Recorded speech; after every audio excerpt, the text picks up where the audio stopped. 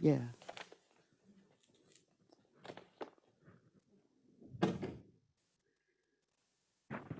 So,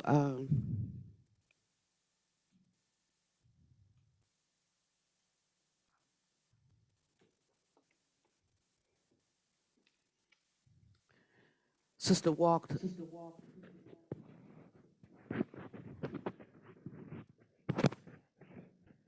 Me don't talk.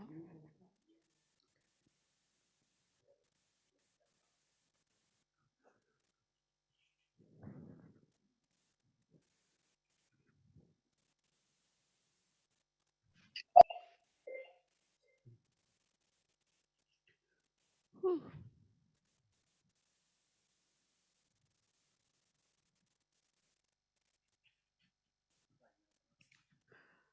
Sister walked.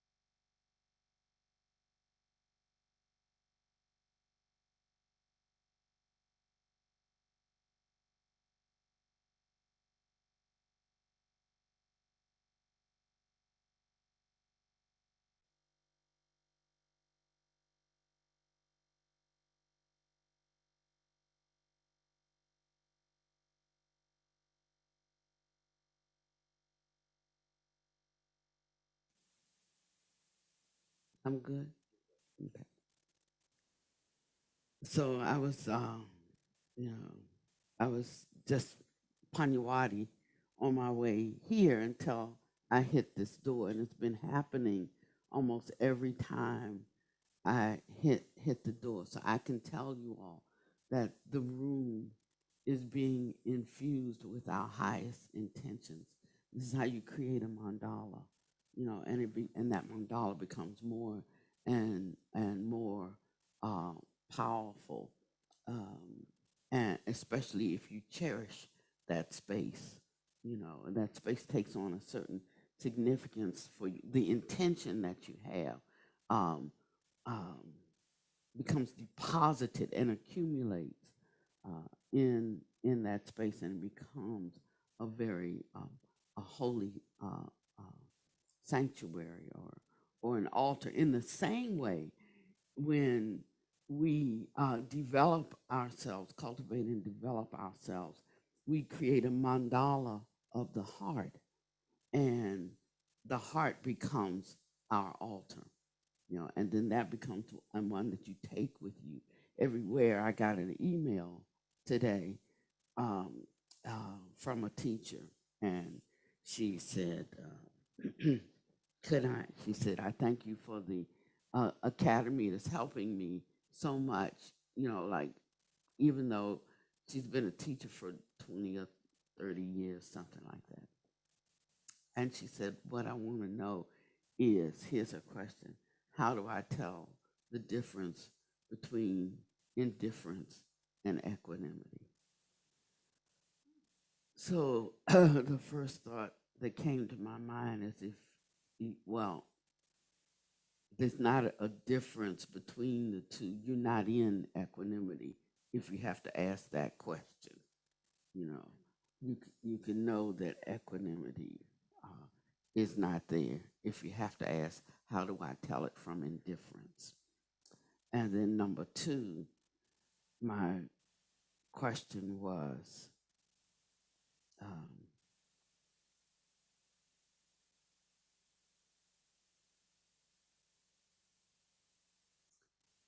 well, maybe I shouldn't publicly say what that question was. Okay, well, I'll just say it in a light way. my question was, what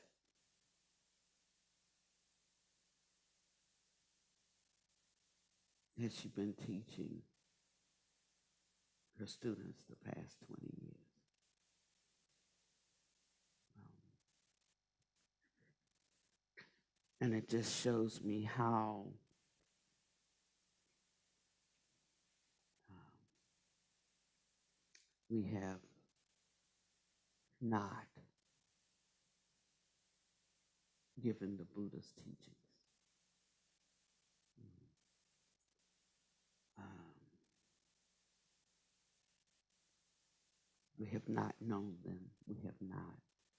Um, we have not practiced them. I won't say none of us have, but in majority, it has been a doctrine of the head and not a doctrine of the heart, which is where the true transformation takes place, and it informs or sets up the mind for right view, for right understanding. But I'm glad that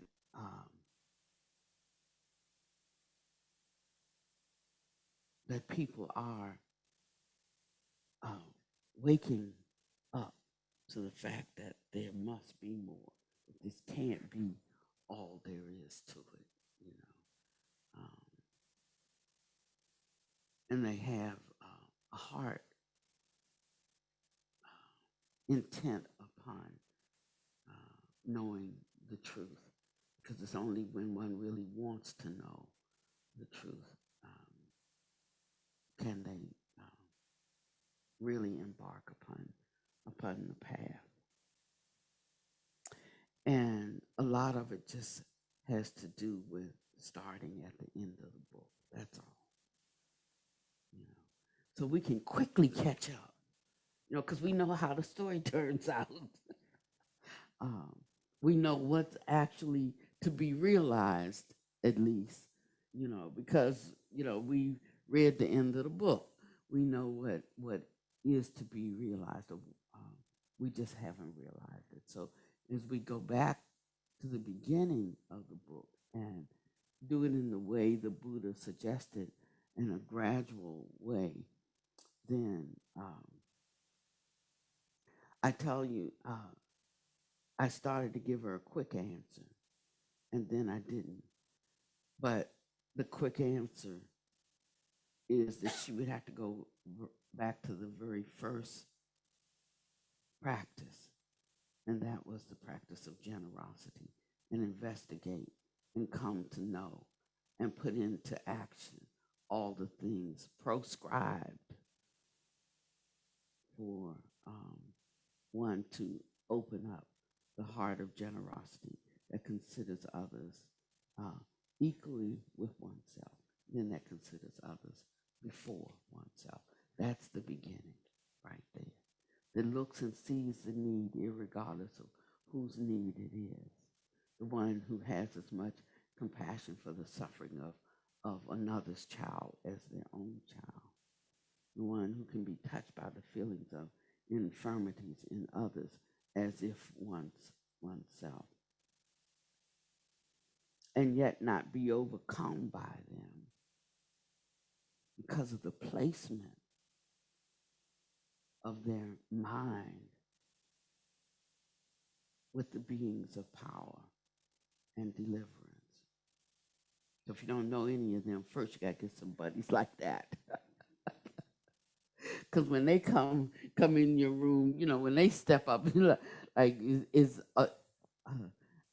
if I was in the world, I would say those are my partying buddies. It's party time, because they are so magnanimous and so sure in the and so free that you can't come in their presence without getting a taste of it, without experiencing some of the freedom that there is to be born in renunciation from this world. Like, doesn't really matter what comes or what goes. Things do come. It doesn't mean things are not going to come.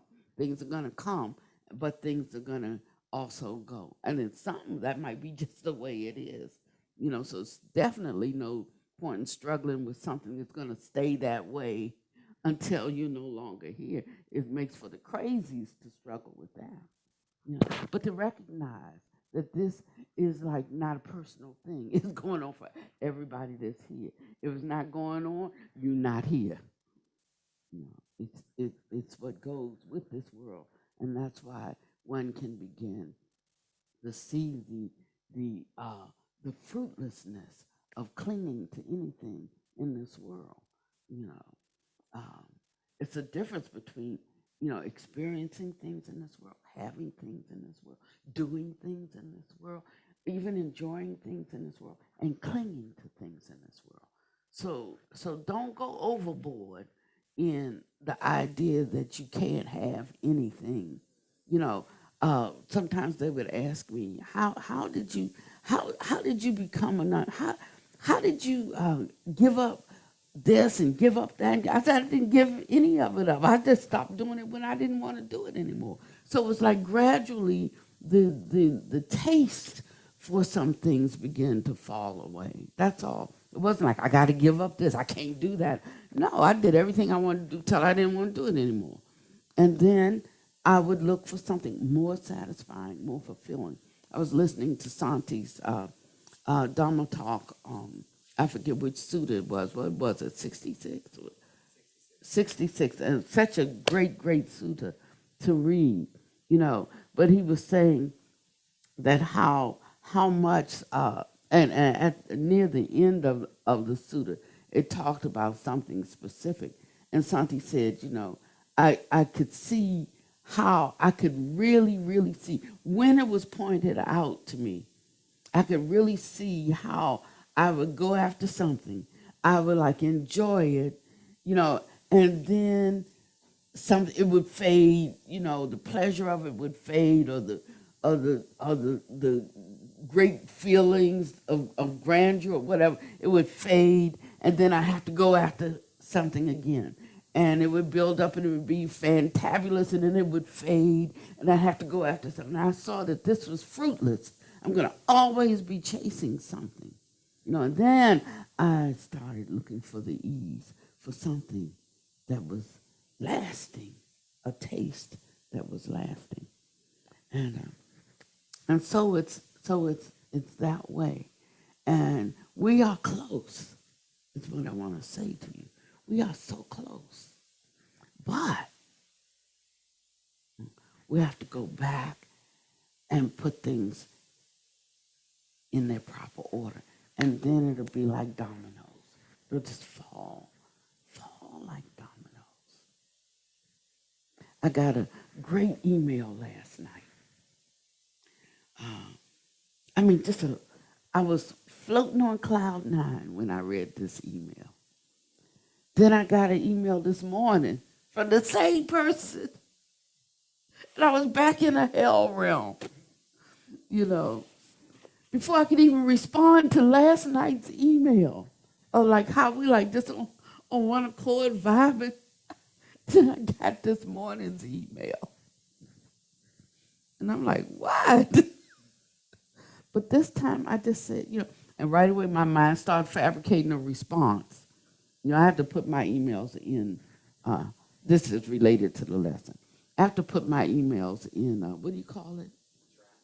Yeah, I have to draft mine before I hit a button because my response can come out like so quick. But I need to think about how to say it if I want the response to have its best effect. You know, so I can like spit out the response, but I might have to go back and fix it up a little bit if I want to not just respond, but I want the response to be beneficial, you know, to help the situation.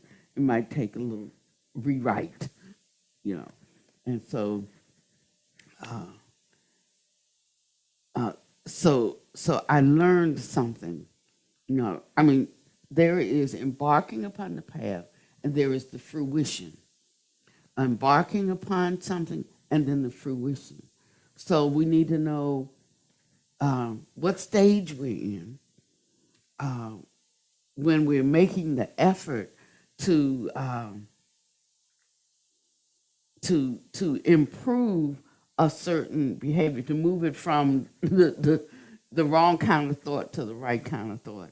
And then we have to earn or harvest the process and receive the fruit of it. You know? So a lot of us have embarked on the path, but we don't have the fruit of our efforts yet. But don't worry. If you stay with it, it will come. So I felt good this morning because I didn't even do the draft. And I didn't even crank out my and save it.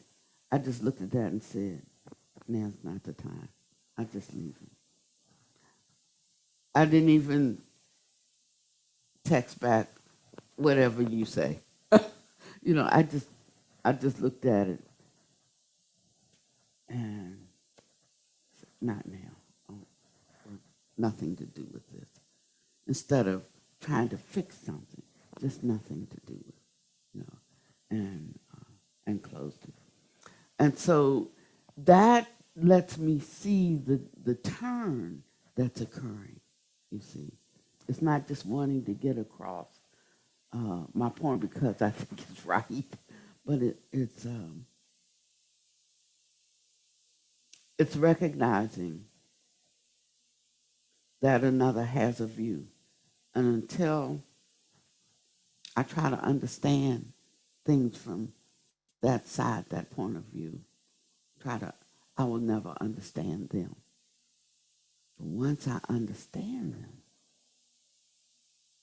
then I will fully know how, you know, to work with them.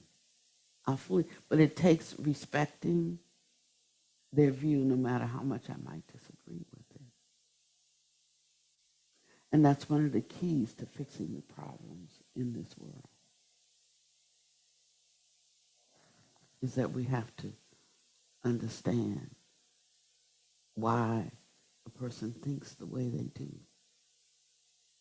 why they speak the way they do, why they act the way they do. And until we can understand that, we can't be much help to them. So compassion arises out of our giving up our need to be right. It doesn't seem like it does, but it does. It begins with our giving up. I need to be right. I need to fix it in a certain way.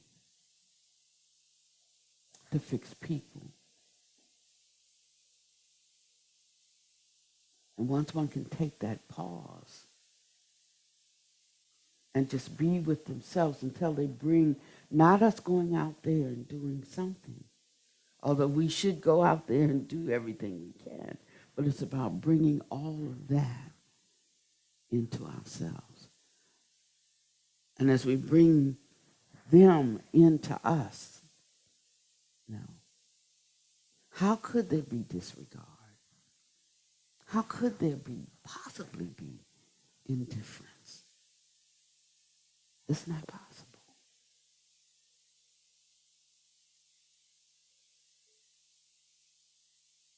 And how could there be equanimity if one has not understood the other and brought them to one's own heart?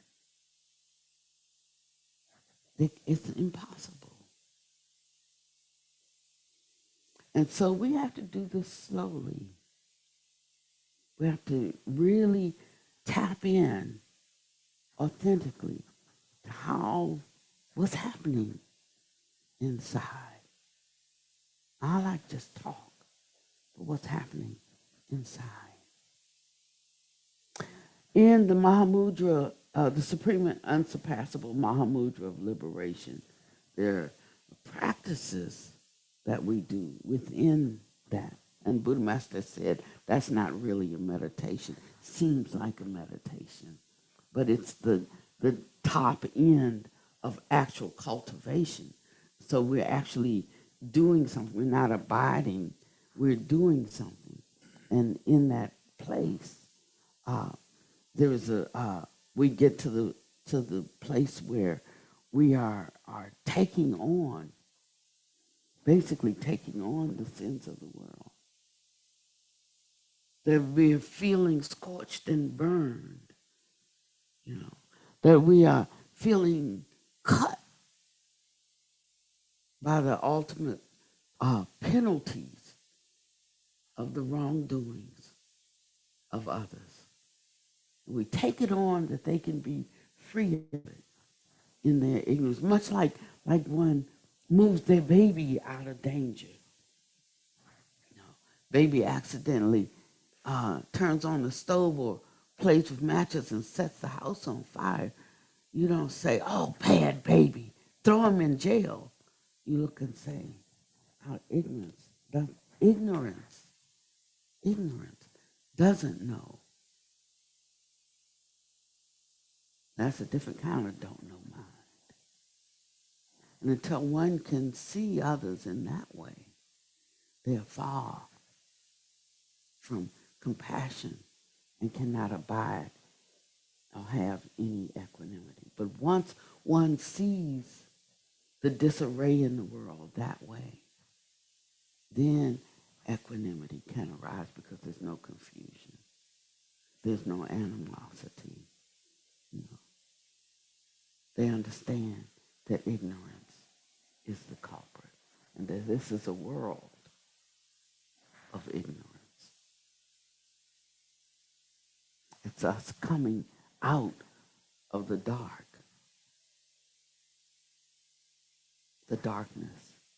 of this world. Yet while we're in this world,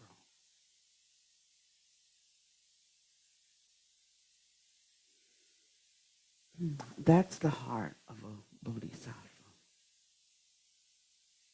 To not only bring the light, but willing to be the light, knowing that it's going to cost something. Not doing it saying, oh, and I'm going to win the prize, but knowing the suffering. We want to be bodhisattvas, but we don't want to suffer.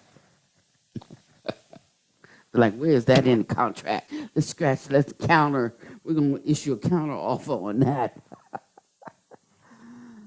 Yeah, but it goes with the territory. And the only way that one goes beyond that suffering is to go beyond it, so that suffering and non-suffering is all the same.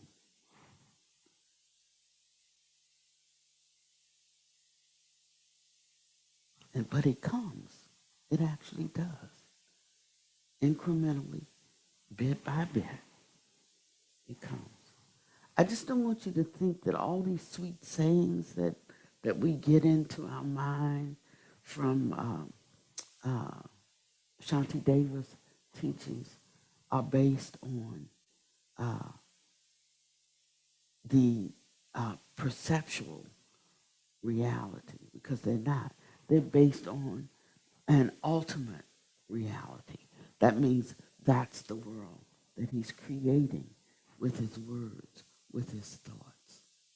He's creating this world dripping with honey and sweet things.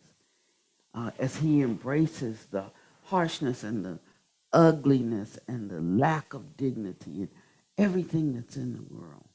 And he's transforming what he sees from the sweetness of his own mind.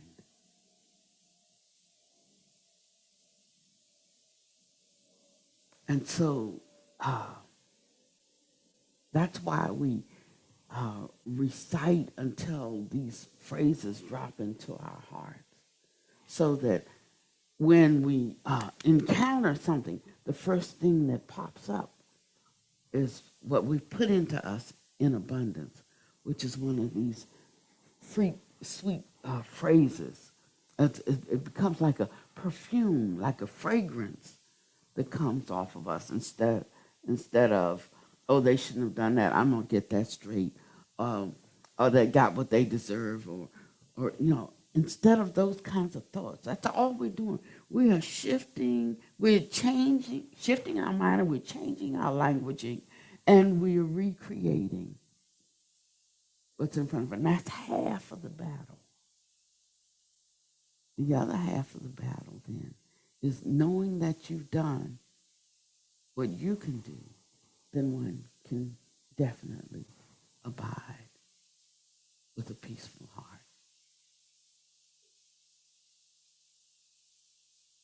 And so this is a gradual thing that takes time. It takes a long time because it's not anything that you can teach. It has to be a desire that wells up in the heart of someone. It's not a title. It's a state of being. It's a state of mind.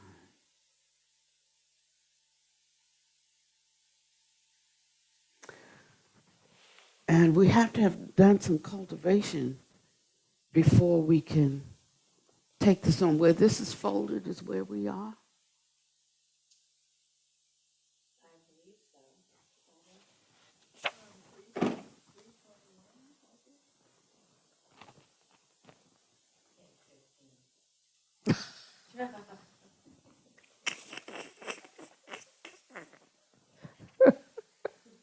No, we're not on page 15.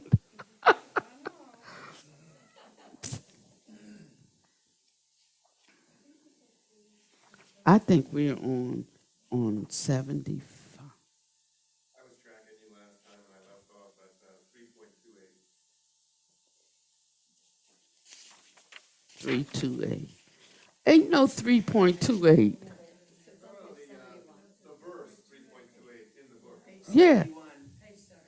Okay, because it ends on 3.28. Sorry. Gotcha. Okay. hmm Okay. Okay, so, oh, yeah, this is good. So we're basically talking 25, 26, and 27. hmm That this most pure and spotless state of mind might be embraced and constantly increased. The prudent who have cultivated it praise it highly in such words as these. Today my life has given fruit. This human state has now been well assumed.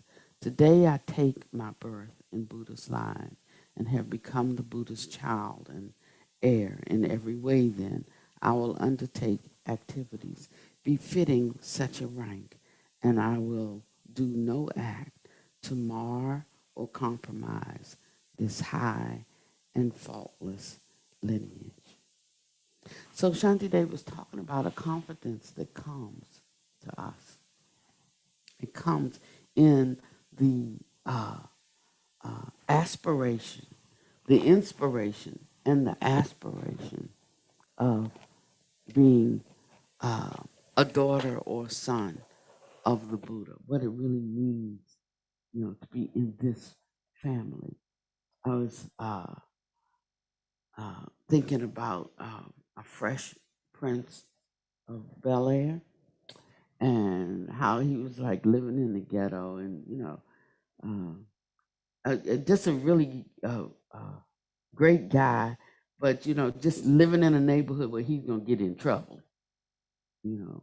And so his mother sends him up to her brother or somebody, into a highfalutin neighborhood in another state, but he's got ghetto in him, and they are constantly working, to bring that out. And that's how we get, when we come into this path, like we bring all this stuff with us, and although we are living in the in the mansion, although we have the best fruit in the butler, although we have all of all of this that the Dharma offers us, we it's not in us.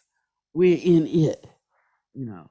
But there comes a place that it has to get in us, and it comes out of us, and it starts with thinking about how precious this path is, how powerful it is, and gaining confidence in the path, not confidence in ourselves that we too can be like this, but confidence in the path, where the path leads. It utterly impossible for me not to attain certain qualities if I walk on this path. And so we can continue to walk on it, even when we have our failings, because our eyes are not on ourselves. Our eyes are on the path. The path. It's like a lens through which we see the whole world. And so we start to change our languaging, even, and it's not denying what's in front of us, but it is by shifting the intentions and discovering how powerful a shift in intentions can be, that it brings about change in the outer world. Like Merlin's almost. Yeah, you know. The power of our spoken word, the power of our intention is the greatest thing. If we could see it and we'd be willing to operate in it. The only thing that keeps us from operating in it is a sense of a self that's still in the ghetto. So we have to do more than just change our address. We have to embody the new way of living, the new way of life. Otherwise, it's just war. So as we go into the end of this chapter, now I'm ready.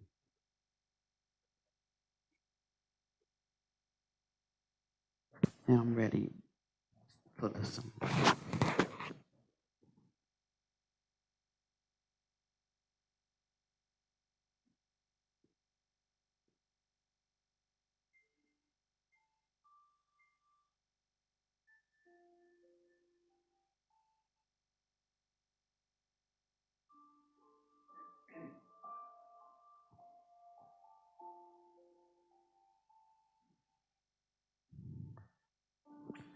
Right in the middle of our foulest emotions, we find a precious gem.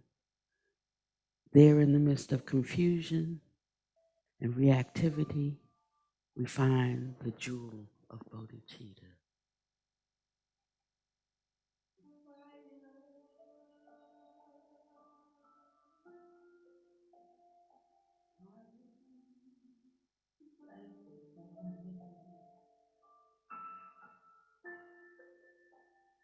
You provide the spirit.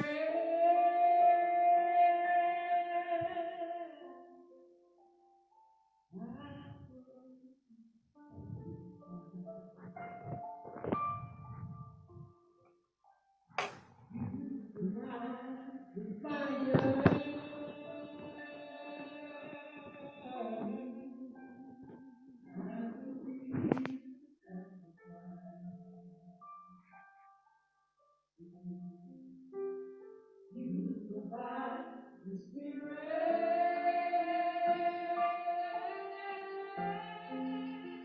Now flow up inside.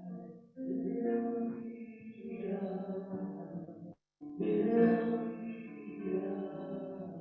Fill me up. Fill me up. Fill me up. Fill me up.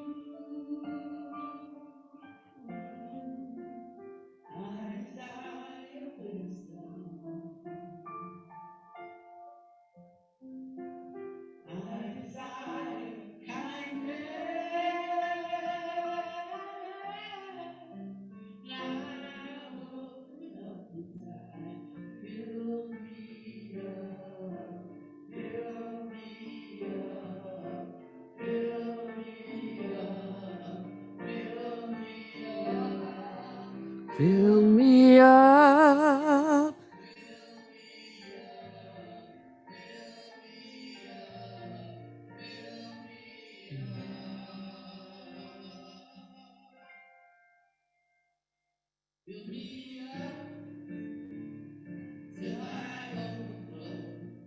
I wanna run.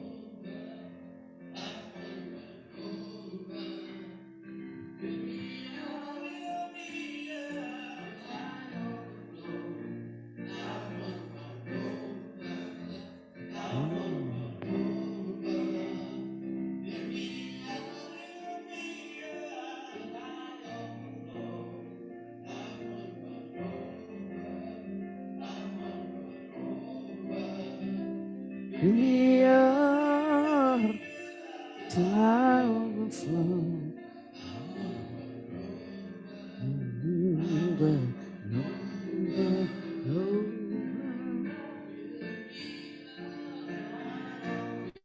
Me up, fill me up, fill me up. I wanna run.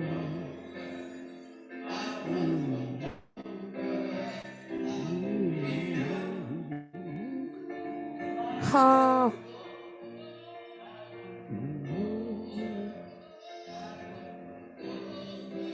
Over, over, over,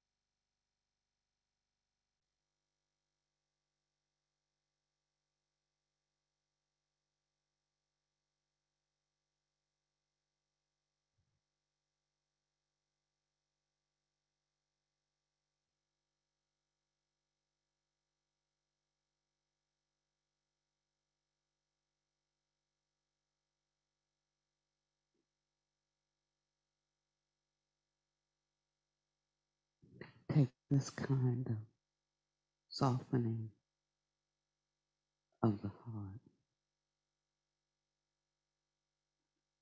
this type of expansiveness, this type of commitment, this type of surrender to be a bodhisattva.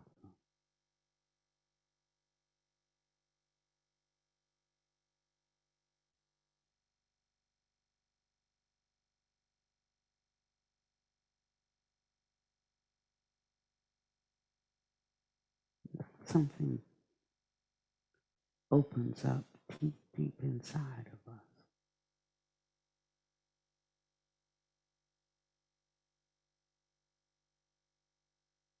And it's not a thing that can really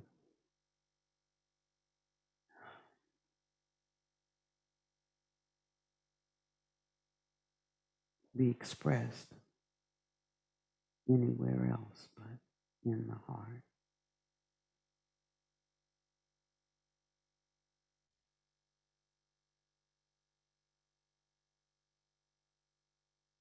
Buddha Master doesn't use the word equanimity because of our English translation of the word or our definition, like Webster's definition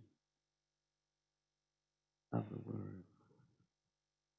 But because the Buddha started with generosity, he said then the word that we translate as equanimity would be better thought of as boundless generosity.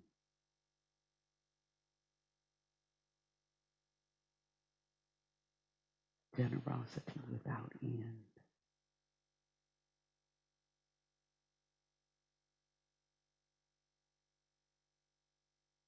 Generous in what way? In every way.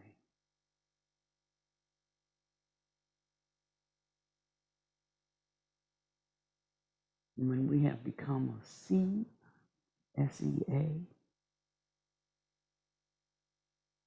of boundless generosity,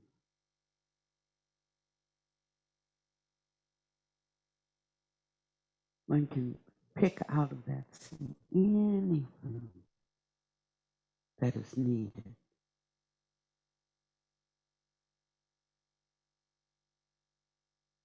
to bring relief, comfort, deliverance to anybody, anywhere, and not just in the human realm,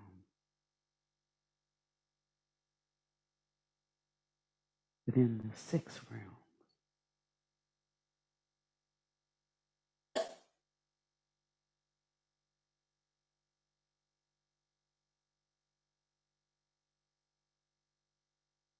Something's really been weighing on me the past couple of weeks.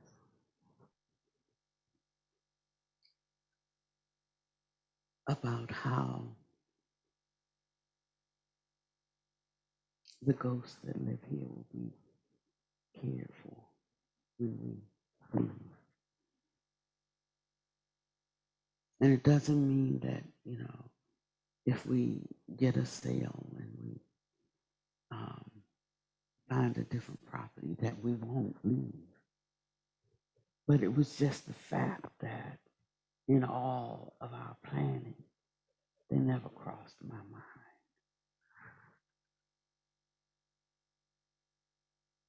They were like fixtures that go with the house. It's kind of how I thought I'm not taking the lamps either, the chandeliers or the carpet, and I ain't taking the ghosts. They can go. But I forgot that they are living beings as well. Maybe not in the same form as human beings. And the great joy that our presence and help our presence has brought to them.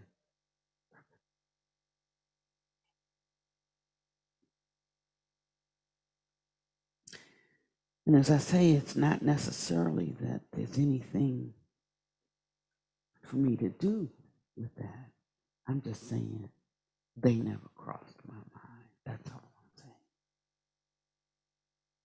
saying. I saw a bush yesterday at the doctor's office. And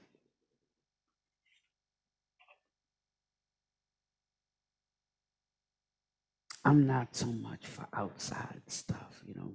People are enough to deal with. But I saw this bush, and half of the bush, something had happened to it, diseased or something, and half of the bush died, and it was continuing, you know, to die. And I looked at the bush, and I actually felt, you know, I felt its death. We have to be afraid not to feel these things. We don't overcome by avoiding. We overcome, you know, by fully entering in and passing through them. And any other time, you know, I would look at a dying bush, you know, and you know, just think like that one's dying. Get a nice looking bush, you know, like pluck that out, dig that up, and throw that away, and put a nice looking bush there, so it just looks nice. You know, 'cause I want it to look nice, without any thought of the bush itself. You know, I'm just saying how this begins to overtake you and shift the structure of appearances in your life. And it's also like how the vidya's arise.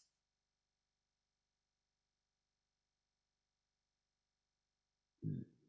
And I felt um, the death of the bush, of the bush.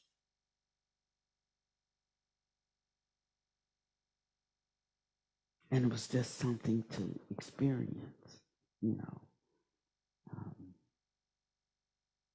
and to not be afraid of. It's just the heart continuing to break open, and we have to allow it. Bring down your defenses. We say sometimes become one with everything, and I've never liked that saying before.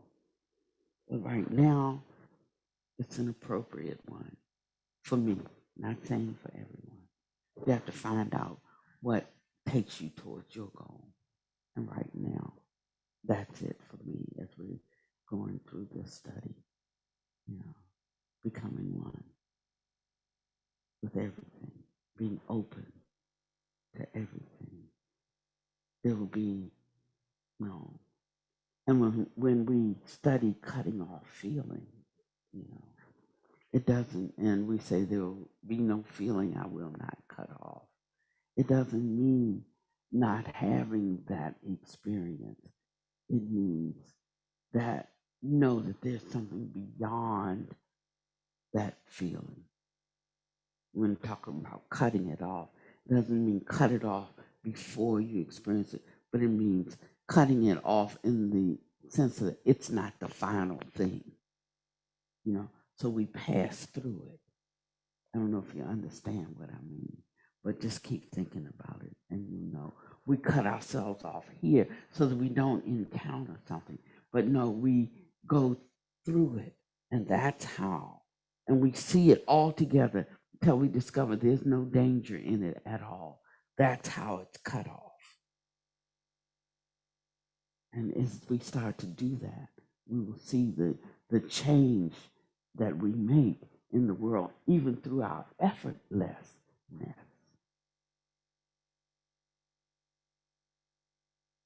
If this world's going to change, it's going to change person by person.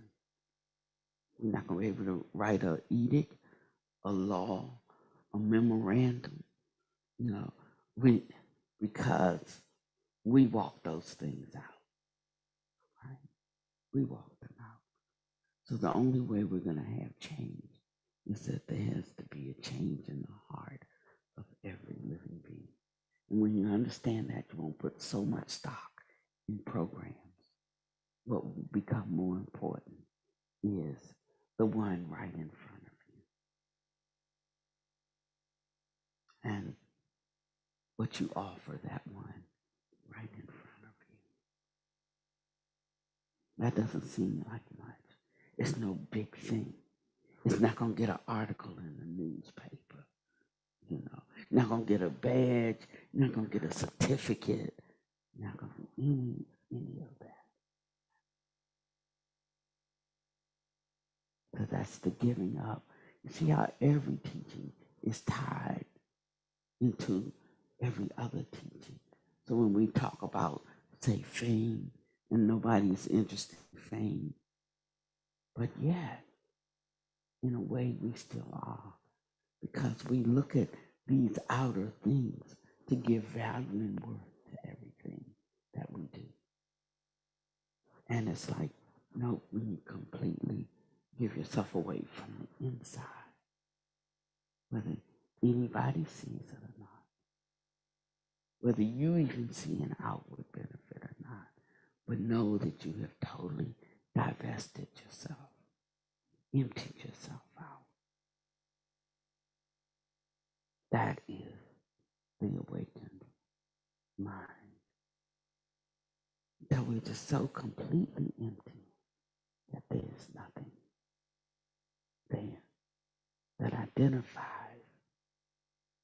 as a self. There is something there, but it is definitely otherworldly.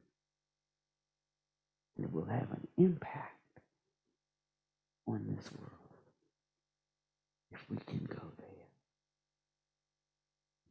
So I tell you, the way of the Bodhisattva is to go to the places that scare you.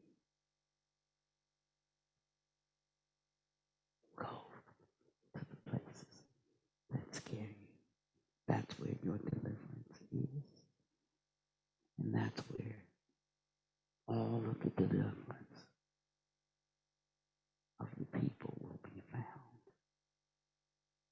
In your non-self.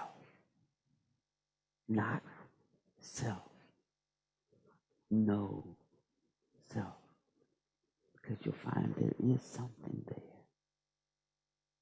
It's just not the you that you know.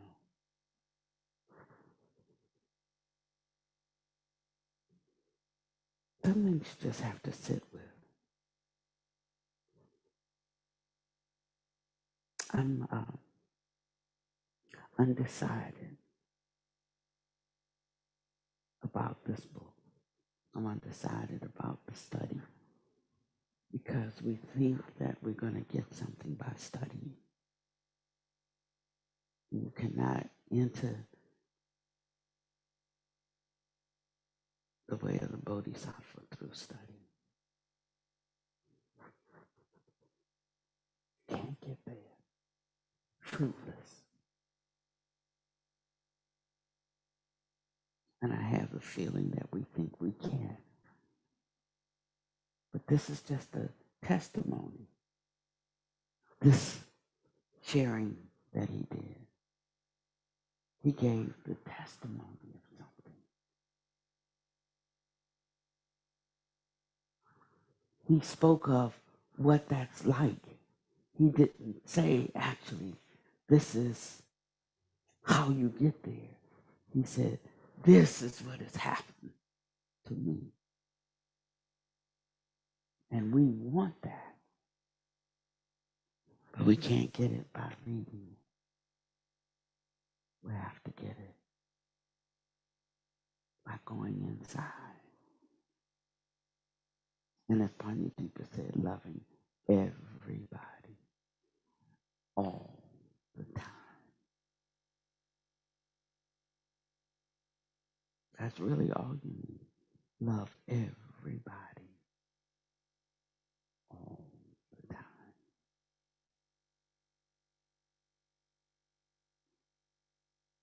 The minute somebody does something to you, they may truly do it, but can we have that mantra? I will love everybody all the time.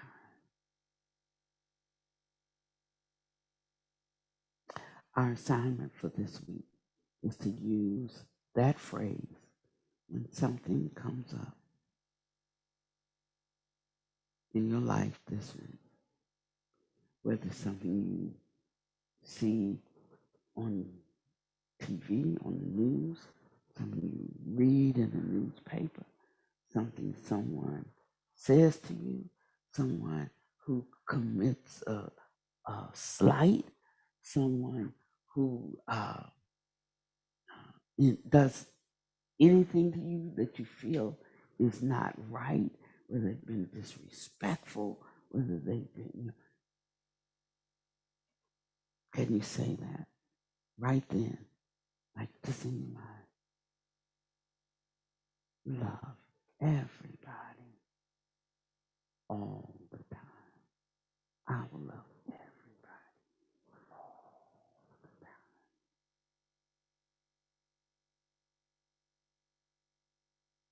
And let's just see what happens this week. I'm going to do it.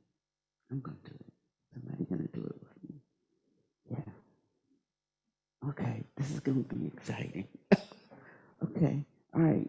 Now, when you overcome something, like there's this instantaneous joy, like I overcame it. But 3 days later, we forget. We forget that we overcame it. And so it's important for you to like jot it down, okay? So maybe whenever you can, like, oh, I forget it anyway. And it's good to forget, not hold on to things. But when you're training, it's good to remember that you remembered. It's good to remember when you did something and to remind yourself that you did it. The same way we remind ourselves when we do something not wholesome, we should remind ourselves, bring back to our remembrance when we do something that is wholesome, when we put forth the effort, because it lets us see how we do put forth the effort. And it lets us see how maybe easy it is then to put forth that effort again and again and again. And it gives us more confidence that we can put forth more effort. And then we do put forth more effort. And that's how it builds, like a snowball rolling down a hill. So whenever something comes up that you've been dinged, you've been disrespected, you've been dishonored, you've been ignored, you've been, whatever it is, negative directed towards you, or something that you see even directed toward somebody else, just if you would just give them uh, pity on them. Doesn't mean you might not have to tell them something right to do, but I'm talking about changing the mind from that initial judgment. That's what we're trying to do. Cut off that initial judgment. Then we don't have to study a book for a year. Cut off that initial judgment. Just I'll love everybody all the time. I love everybody all the time. Okay, that's it. Thank you for coming today. May you be well, happy, and peaceful. May no harm come to you and no danger. May you always be able to meet the inevitable difficulties of life.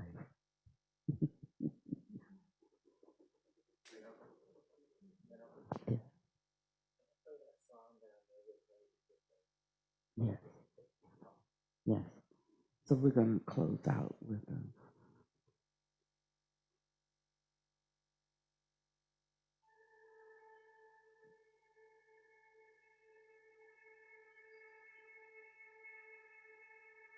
love unconditional.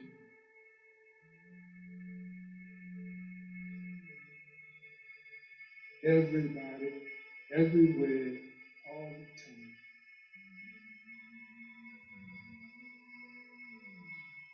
Not when you're good, not when you're doing what you want them to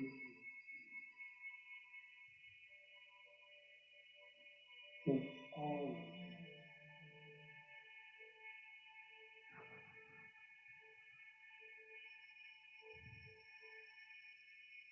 As long as we can observe that doing certain things, having certain behaviors will harm people, then it is our responsibility as practitioners, as bodhisattvas, to demonstrate the kind of love for others that we say we have. And it starts with paying attention. Am I doing my best to protect myself and others from harm? To do no harm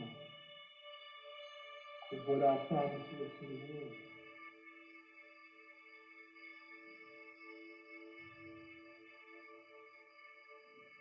If you climb on my back and make me carry you across the street, then I'm here for you. And you benefited from me. But you don't love me, you just climb on my back. But if we hold hands when we get across the street safely, then we help each other.